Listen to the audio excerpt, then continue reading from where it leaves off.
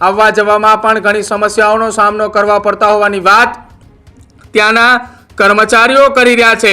પાણીનો પ્રશ્ન ઉદ્ભવે છે જેનું નિરાકરણ આવવું જોઈએ। આ આટલી ઘોર બેદરકારી જ કહેવાય તંત્રને કે આ લાઇટો કોઈ ચાલુ બંધ કરવા વાળે। અરે હજે આપણે જોયું તો આ લાઇટ છે હેલોજન લાઇટ લગભગ 16-17 દિવસથી સતત ચાલુ છે। દુઃખની બાબત તો એ છે કે 16-17 દિવસનું આપણે બિલ જોવા જઈએ તો આગલા મહિનાનું આ સરખામાં આવે તો કેટલી વીજળી બળતી હશે।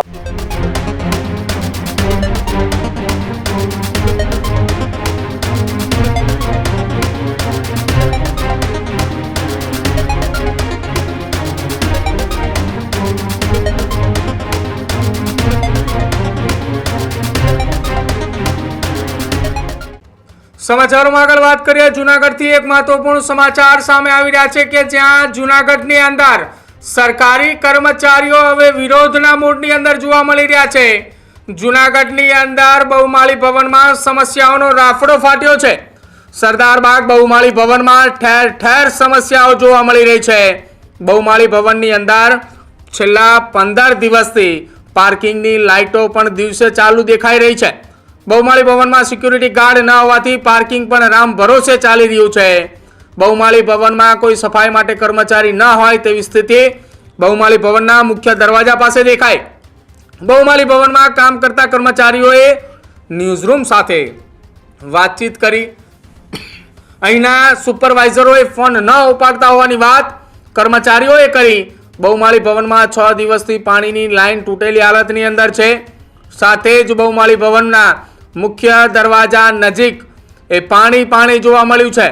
બહુમાળી ભવનની અંદર અરજદારો અને બહુમાળી ભવનમાં કામ કરતા કર્મચારીઓને આવવા જવામાં પણ ઘણી સમસ્યાઓનો સામનો કરવા પડતા હોવાની વાત ત્યાંના કર્મચારીઓ કરી રહ્યા છે।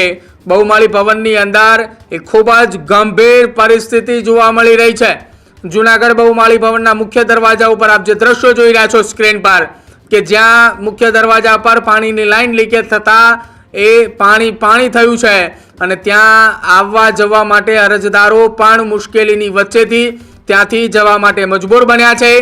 બહુમાળી ભવનની અંદર આ જ પ્રકારની સમસ્યાને લઈને છેલ્લા 15 દિવસથી બહુમાળી ભવનના પાર્કિંગની અંદર ધોળા દિવસે લાઇટો ચાલુ હોવાની વાત પણ ત્યાંના કર્મચારીઓ દ્વારા કરવામાં આવી છે, પરંતુ તેમ છતાંય કોઈ પણ પ્રકારની નક્કર કામગીરી ન થતી હોવાના આરોપ બહુમાળી ભવનની અંદર લાગ્યા છે। બહુમાળી ભવનની અંદર કોઈ પણ પ્રકારની સિક્યુરિટી નથી, સફાઈના કોઈ કર્મચારીઓ પણ ન દેખાતા હોય તે પ્રકારની સ્થિતિ અને તેની વચ્ચે જૂનાગઢ બહુમાળી ભવન રામ ભરોસે ચાલી રહ્યું છે તેવું કહેવામાં કોઈ શંકા નથી, કેમ કે બહુમાળી ભવનની હાલત એ ખૂબ જ ગંભીર જોવા મળી રહી છે।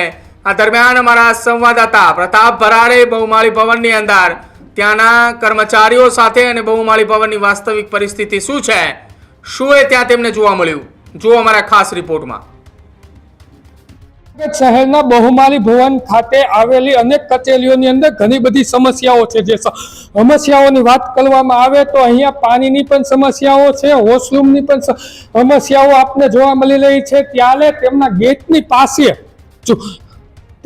એમના ગેટની પાસે જ પાણી ભરાવાની પણ સમસ્યાઓ છે, ઉપરથી ક્યાંક પાણી લીક થતું હોય એવી પણ સમસ્યાઓ છે। સાથે સાથે અહીંના કર્મચારીઓને ઘણી બધી સમસ્યાનો સામનો કરવો પડી રહ્યો છે। આપણી સાથે ઘણા અહીં બહુમાળી ભવનના કર્મચારીઓ જોડાઈ ગયા છે। જો આપણે બહુમાળી ભવનની વાત કરવામાં આવે તો બહુમાળી ભવનની અંદર 15 થી 17 જેટલી કચેરીઓ આવેલી છે, તેમના કર્મચારીઓ આપણી સાથે જોડાયેલા કઈ રીતની સમસ્યાઓ છે? એક તો હાલ પાણીનો પ્રશ્ન ઉદ્ભવે છે જેનું નિરાકરણ આવવું જોઈએ। બીજું છે કે જે પાર્કિંગની સુવિધા છે તો બહારના લોકો પાર્કિંગ કરે છે, જેથી અહીંયા સરકારી કર્મચારીઓને પાર્કિંગ કરવા માટે જગ્યા મળતી નથી।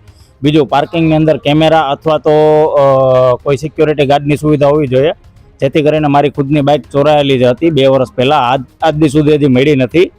તો આવી રીતના બીજા કોઈ કર્મચારી સાથે આવો બનાવ ન બને, જે દ્વારા મારી તંત્રને અપીલ છે કે આ બાબતે કાર્યવાહી કરે। રાજીવ આપણે શું સમસ્યા છે? અરે હજે આપણે જોયું તો આ લાઇટ છે હેલોજન લાઇટ લગભગ 16-17 દિવસથી સતત ચાલુ છે। દુઃખની બાબત તો એ છે કે 16-17 દિવસનું આપણે બિલ જોવા જઈએ તો આગલા મહિનાનું ને આ સરખામાં આવે તો કેટલી વીજળી બળતી હશે. આપણે ઘરે હોય તો આપણે ખાલી એક બલ્બ બળતો હોય તો આપણે બંધ કરવા જોઈએ. તો આપણી રાષ્ટ્રની સંપત્તિ છે, આપણા દેશ માટે તો આ નુકસાન જ છે. આખરે તો બધા પ્રજાના ખિસ્સામાં જ આવશે. તો ખરેખર આ આટલી ઘોર બેદરકારી જ કહેવાય તંત્રને કે આ લાઇટો કોઈ ચાલુ બંધ કરવા વાળે. ખાસ અમારું કહેવાનું એવું છે કે સિક્યુરિટી વ્યવસ્થા રાખો, એક એવો જિમ્મેદાર વ્યક્તિ રાખો કે જેથી કરી અને બહુમાળીનું સંચાલન કરી શકે. આખું જોઈએ તો બહુમાળી છે એ રામ રાજ્ય ભરોસે ચાલે છે. તમે જોવો તો પાણી આ 7 દિવસથી પાણીની સમસ્યા છે. અરજદારો નાખાય છે. અહીં બે વિભાગના જેટલા પણ કર્મચારીઓ છે એ બધા આવવા જવામાં તકલીફ પડે છે. તો આ સમસ્યા વેઠવી પડે કોના કારણે? તો કે ક્યાંક ને ક્યાંક તંત્રની આ બેદરકારીને કારણે. તો ખરેખર અમે એના વિરોધી નથી, પણ દરેકે એક નિષ્ઠાથી એક જિમ્મેદારીથી કામ કરવું જોઈએ, સોંપેલું કામ કરવું જોઈએ.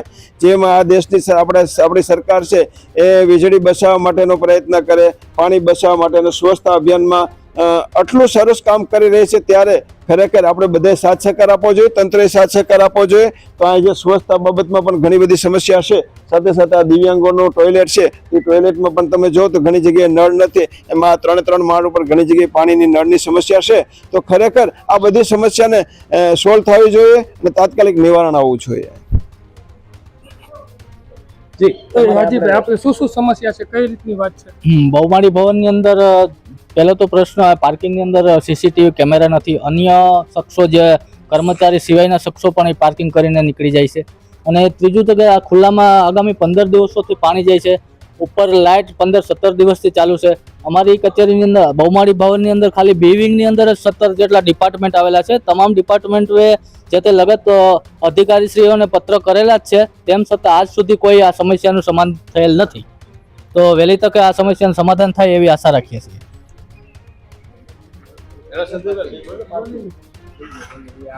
આપની શું સમસ્યા છે અને હાલ કેવું? હું આ ડ્રાઈવરમાં જ છું, જે અમને સરકારી પાર્કિંગ આપેલા છે.